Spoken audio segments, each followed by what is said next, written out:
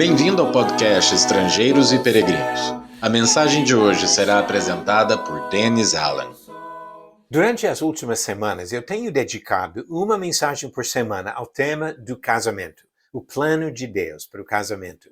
Esta é a última mensagem da série, mas, se Deus permitir, em outros momentos, eu vou voltar ainda e falar outras coisas sobre o casamento, uma relação tão importante em nossas vidas.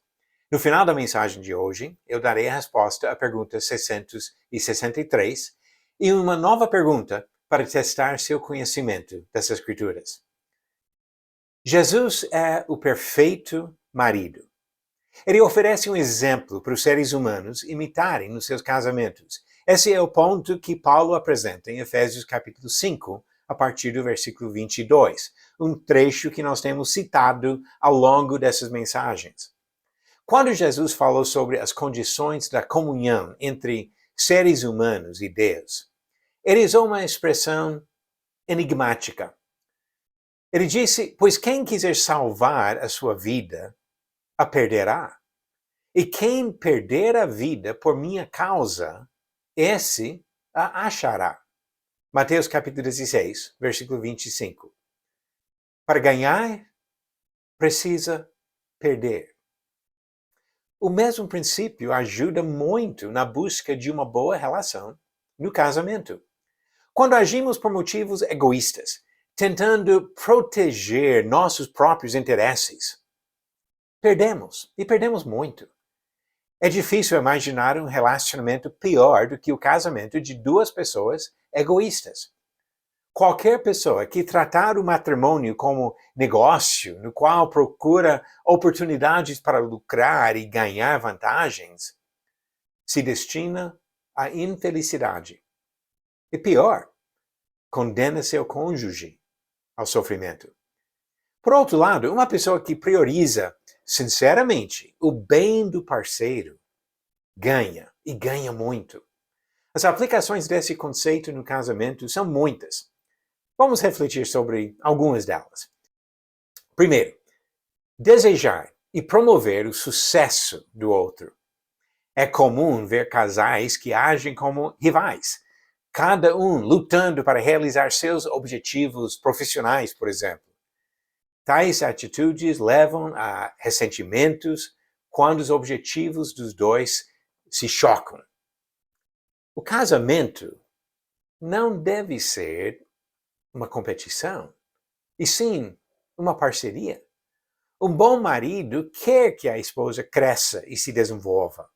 Uma boa esposa sempre faz bem e nunca faz mal para seu marido, como diz Provérbios 31, versículos 11 e 12. Também devemos priorizar as necessidades do outro.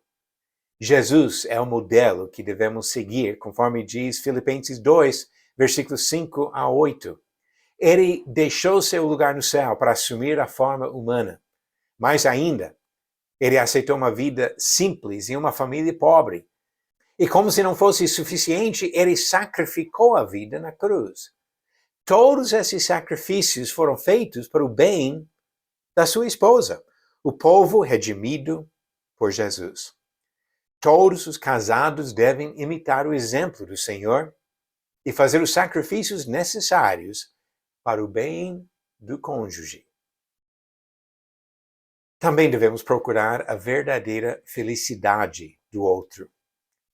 Quando aprendemos que nossa própria felicidade não é o objetivo do casamento, ficamos livres para fazer a outra pessoa feliz. Isso não significa ceder todos os desejos de um cônjuge egoísta, e sim promover sua verdadeira felicidade. Nada se compara com a felicidade da comunhão eterna com Deus. E por isso, a salvação do cônjuge deve ser nosso principal objetivo no casamento. A determinação de subordinar nossas necessidades às necessidades do cônjuge estabelece a base para um casamento realmente feliz. Quem perde, ganha. E ganha muito. Você acertou a pergunta 663? Qual dos apóstolos era cobrador de impostos antes de seguir Jesus? Alternativas: A. Pedro, B. Mateus, C. Judas Iscariotes ou D. Tiago. A resposta certa, alternativa B. Mateus, também conhecido como Levi. Diz Mateus 9, versículo 9. Quando Jesus saiu dali, viu um homem chamado Mateus, sentado na coletoria, e lhe disse: siga-me. Ele se levantou e o seguiu. A pergunta 664. A profecia que diz: nos últimos dias o monte do templo do Senhor será estabelecido no alto dos montes, aparece em quais dois livros do Antigo Testamento? Alternativas: A. Jeremias e Daniel, B. Joel e Oséias, C. Ezequiel e Amós, ou D. Isaías e Miqueias. A resposta no final do próximo episódio de Estrangeiros e Peregrinos. Para ter um casamento realmente feliz, um casamento que promove a salvação eterna do cônjuge, precisamos abandonar o egoísmo e entender que quem perde, ganha. Obrigado por nos acompanhar nessa jornada pelas Escrituras.